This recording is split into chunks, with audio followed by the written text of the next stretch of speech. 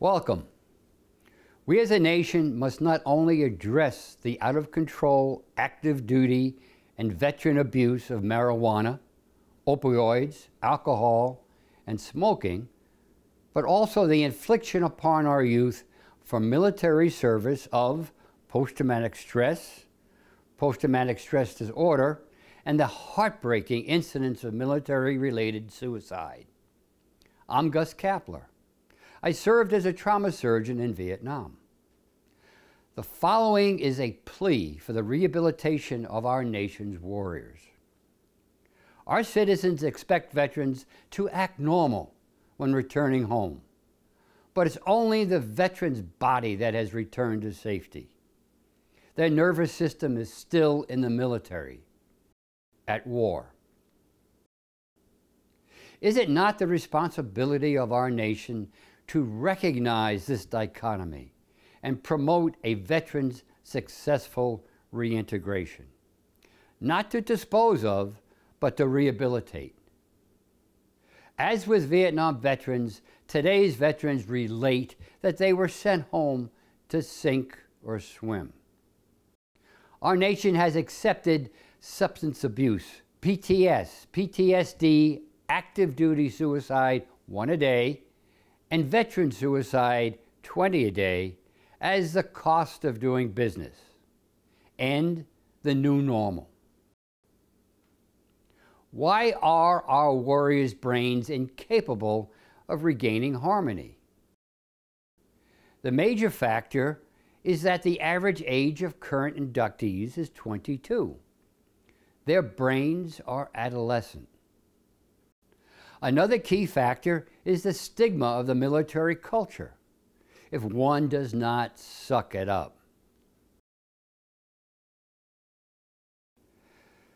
The adolescent brain lacks harmony due to the inadequate control by the incompletely developed and ineffectual prefrontal cortex over the domineering, more primitive limbic system, which explosively responds to its environment, creating disharmony and, through adrenaline, igniting fight or flight.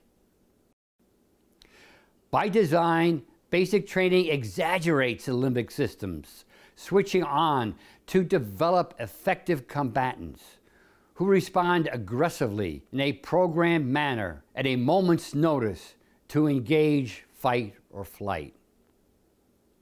Existing in this recurrent disharmony, warriors lose their ability to disengage, fight, or flight. Seeking a rescue to turn the switch off, they may begin to self-medicate with marijuana, alcohol, and prescription opioids. Most combatants do not seek rescue from mental health professionals for fear of being stigmatized. Without rescue, the vagus nerve's role in reestablishing harmony, counteracting flight or fight, is not activated. If not rescued, active duty personnel and veterans may experience insurmountable mental suffering, and suicide becomes an acceptable alternative to exercise their demons. As a society, we are protected by preventive measures. Childhood immunizations, stop signs, the FDA, and many others. Why not institute rescue to prevent substance abuse, PTSD, and suicide? The Israelis accept PTSD as an expected result of military service. In their evolving military culture, rescue by professional counseling is encouraged without stigma.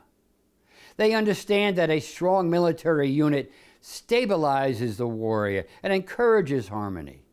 Its men and women experience love, understanding, protection, support, and justification of their actions in the totally foreign morality of war. To institute a rescue, why don't we take advantage of the unit's stability and, prior to discharge, isolate its members in a safe place without the threat of stigma to learn that PTS is expected, to reconcile their actions and experiences, to verbalize anxieties and fears, to express guilt, to learn coping skills. I call it the therapeutic timeout. This rescue process reestablishes harmony by switching off the limbic system dominance and its precipitated adrenaline production. Vagal influence is re-engaged, thus mitigating substance abuse, PTS, PTSD, and suicide through an increased prefrontal cortical positive influence. In Welcome Home from Vietnam, finally, a Vietnam trauma surgeon's memoir, I elucidate the use of the therapeutic timeout to promote prevention prior to discharge. The U.S. Air Force has successfully instituted a modification of this approach. Wouldn't it be nice if our nation rallied to accept PTS as a predictable and universal byproduct of military service and not a weakness? Hopefully then our elected officials would take responsibility in preserving the mental health of our warrior youth through a non-stigmatizing rehabilitation. Email me at guskapler@yahoo.com to receive a free ebook. Visit the book's Facebook page. Please help save our brave warriors that signed a blank check payable to our nation for an amount up to and including their life.